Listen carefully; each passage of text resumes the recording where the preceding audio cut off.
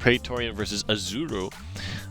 So we'll see. Praetorian, another familiar name, but on the verge of being eliminated here. And judging by the trend, I think that's what's going to happen. Is it just a thing that Portalcraft is up for every pick? Is that just why people are playing it so much? I'm confused. It's a new faction, so maybe actually it might have an increased appearance rate.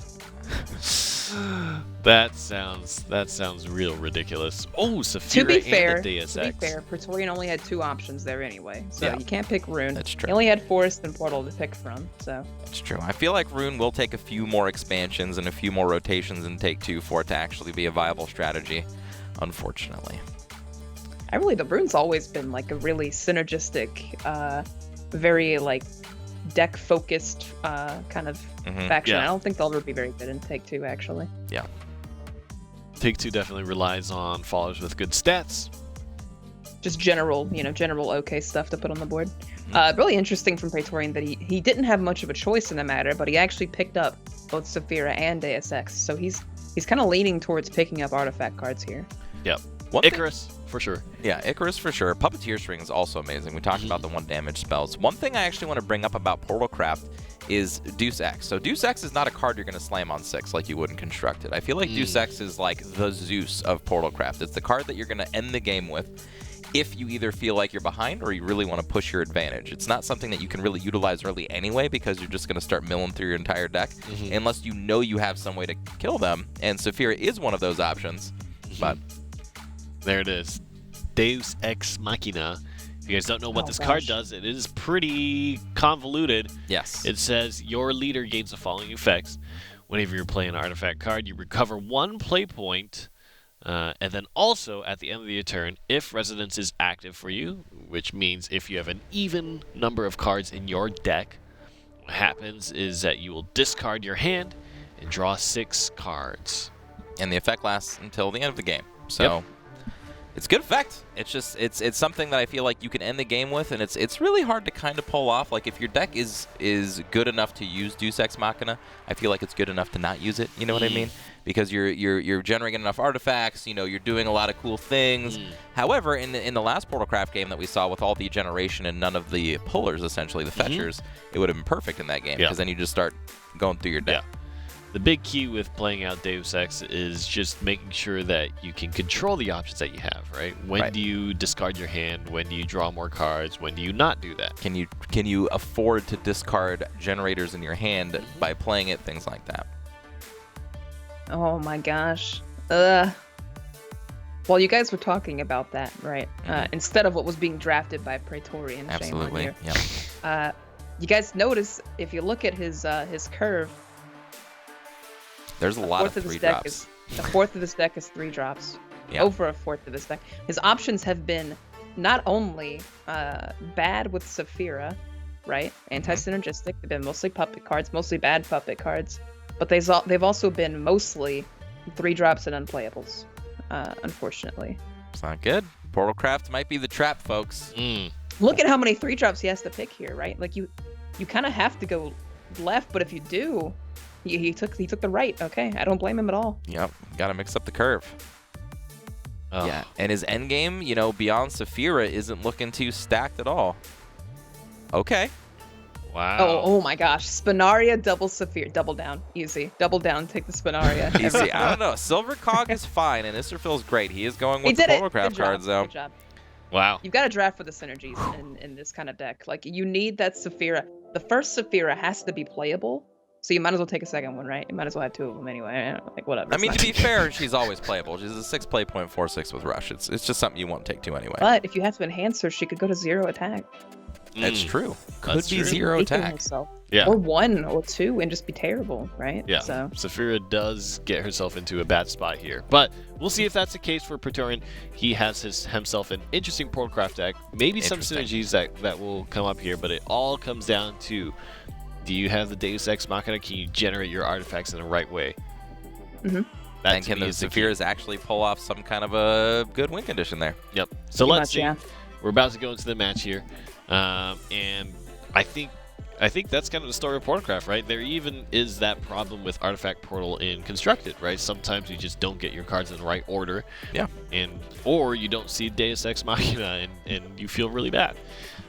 Honestly, it's just tough. It's not like in Constructed, you mulligan for the Deus Ex Machina, right? In Take-Two, I don't think you can afford to do that. You have to make sure that you get all of your other cards online before you start the engine.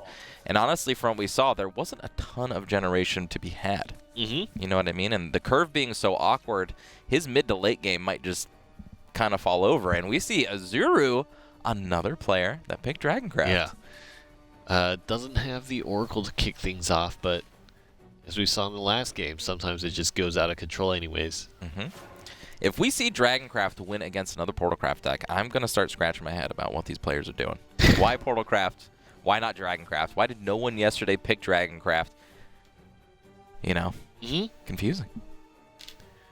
It does take a lot of research and kind of willingness to experiment and play around with Take-Two to figure these things out, you know. Optimize your opportunities. Now, even with a slow hand, Praetorian does have a lot of options. He's got a good amount of removal. He's got some card draw in hand, so it's not like he's looking any kind of in a bad position early here. I love that card, by the way. 2-play.14. If you're on Resonance, you gain Ward. I love that card. It's a Spiderweb Imp. That doesn't cost you 2. 2 defense. We all know how good Spiderweb Imp is. Oh my god. Except for when it doesn't do anything. I feel like that's the first time I've seen that happen. Nice Ward, bruh. Oh my gosh. Smack your face. That's kind of an early time to use that option, you know what I mean? Yeah. To get your 1-2 to deal some damage, but apparently scary enough that Praetorian wants to get rid of it. Yeah, he's going to swing both into it here. Yeah, he's like, no more 1 damage to my face. Nuh-uh. Not having it. Passes the turn over. Substitution is such a good removal spell. So good. You get to not only remove something, but you get an extra free ping. It's really nice. And now you wish you had it here to Yeah. prevent the second Bane from coming up. Yeah. Last turn I was going to say I probably would have opted for an option to start going for card advantage because 1 damage through your ward, like, you know, whatever. But using the substitution early means he's not going to have it for the Basilisk Rider. And as we can see in Azuru's hand, he also has access to Scyther and stuff, so shaping up to be a very similar Dragoncraft deck. There's a lot of Bane available, and I think the big thing is removal is far and few in between in Take-Two. Having Bane is essentially putting more and more removal in your deck, much in the same way that Lilac is very good, you know? Yeah, plus Dragoncraft has a lot of spells that are actually removal as well. I mean, we saw Vouch Strike, we saw, you know, basically a decent mix of things, like even, you know, the 6 cost, is it Dragon Lance? I can't remember the exact name of it. Dragon Pierce Lance, something like that. What does it do? It deals 6 damage to a follower. But in any case, Dragoncraft just has access to spells. They have access to Bane. They have access to so many things that can just remove enemy followers. It's looking pretty good. Yeah. Yeah. Oh, and he is Line Champion. Yeah, Premier card. Always take. We've never seen it run away with a game yet. We know that it's an awesome option because you have to evolve over it or you have to run a bunch of things into it, but we haven't seen it actually take over a game yet. I can see that happening this game. I mean, there's nothing on Praetorian's side that is any significant amount of stats. Yeah. and Line Champion's pretty good against puppets. Yeah. Pretty good. Yeah. You can't really pick it up with want puppets. to be messing with it. Yeah. However, we do see Pitfall, again, the card that was used against Lion's Champion yesterday. So, at least one answer to it, if he can hold on to it for long enough. I feel like there's definitely the opportunity to do that. You're taking a long time with this play. Yeah. Thinking about getting a damage on the Bane, perhaps, versus evolving over the ward.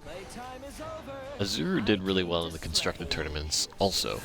Yeah. To see him back here in Take-Two is great. On the loser's bracket, but still fighting for a chance. I like it. Basically just setting up a really rough board, preserving his Bane so that he can use it the way he wants to. Praetorian's going to have to start getting some use out of these puppets. Yeah. There's just 5 defense is not easy to push over with 1 damage followers. Got to use your evolution orbs. Now, being said, Praetorian does have access to more evolution orbs here. It's definitely not out of anything this early just yet. Yeah, even Blazing Breath, you know, in Dragoncraft. I mean, it has everything up the curve, like a 1-drop, a 3-drop, a 4-drop, like a 6-drop. There's like a bunch of things that can just take things out. Ironforge Fighter down. And so far, I mean, Praetorian is not finding any of the options like Spinaria or Deus Ex.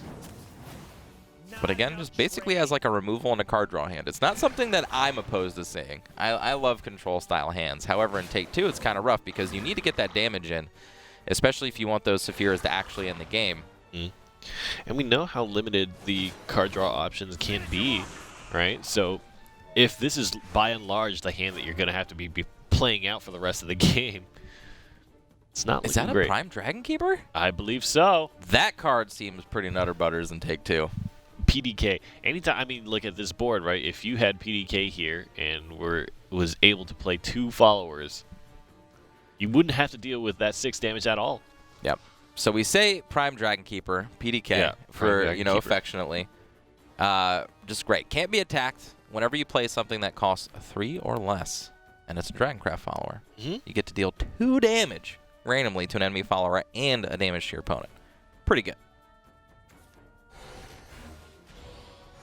All right, Knight's Way.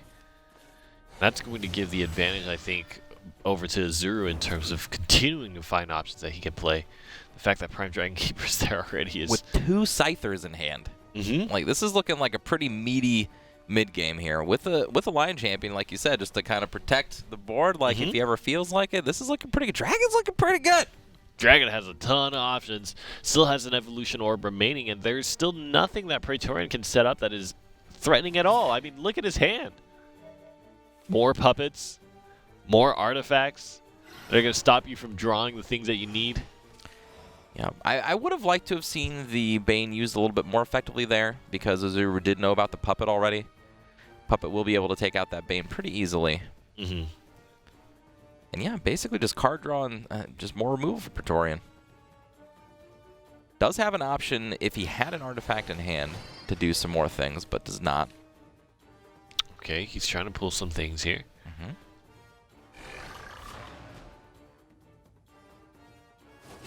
And I kind of like that too. So we don't, again, this is something that you don't see a lot in Constructed, but, you know, neutral followers, just random, you know, 3 play point, 3/2, whatever, that allow you to get around Ward. Very effective in Take 2. Allow you to kind of dictate some board states that you wouldn't otherwise be able to. Automaton Knight. Such a cool looking card, but rarely seen. Yep. And like Envy said yesterday, we're starting to see Knight's Way basically be a pickup for almost all of the top-end players. Something to watch out for, guys. Card draw is something you probably need in Take 2 if you want to win longer games. Oh my gosh. Look at that. All right, Resonance is not active this turn. So no removal for the Prime Dragon Keeper as I can see it. Yeah, the Prime Dragon Keeper only does 1 damage itself, so it's going to be very hard for AZURU to just attack, right? It's funny too. So like, you know, if AZURU had perfect information, if he just never attacked with his Prime Dragon Keeper, it would be amazing. Yeah. Of course, we know with the double Pitfall in Praetorian's hand, as soon as that Prime Dragon Keeper attacks, that's getting axed. But that'd be pretty hilarious. It's just like, you know what? The only way he can actually deal with this, probably Pitfall. Yeah. Now, Dimension Cut will be able to take care of it as well next turn with Resonance. I mean, Praetorian filled with options for removal. But he's just taking chip damage over time and not being able to present anything that's threatening. Yeah. He still just has not drawn anything good. Oh, boy. Insult to injury right there. And then a Blazing Breath to clean up. Yeah. This is awesome. Man. AZURU just continues to get further and further and further ahead, and that Knight's Way is still ticking. Still ticking. Drawing those cards. Interesting. Okay. A glint of hope. Interesting. All these puppets might actually start putting some work in. All right. All right. But how is he? I mean, he's used a lot of his puppets already, right? So he might have to save the rest of these. He might have to use his Evolution Orb here. He might just go with more removal spells. He can take care of the board here. Pitfall will get rid of the Scyther, but then there's the Lion Champion. Actually, this is starting to turn pretty good. No one has pretty good with all his puppets. The puppets are going to do Storm for 2, correct? Oh, right. He's got the transform card Evolve. for the. Yep. Never mind. Well, Noah was looking like he could have come back into this game, but shut the door. All the chip damage leading up to a card again that we don't see in constructed play a lot that can just transform a random card in your hand to a Windblast Dragon to end the game. Super good. Super good. Super good. I really liked, the Dragoncraft deck seems to just consistently get stronger and stronger and stronger and stronger, right? Whereas, unfortunately for Praetorian, I just feel like the deck was too filled out with these cards that were too many removal spells. Yep. You know,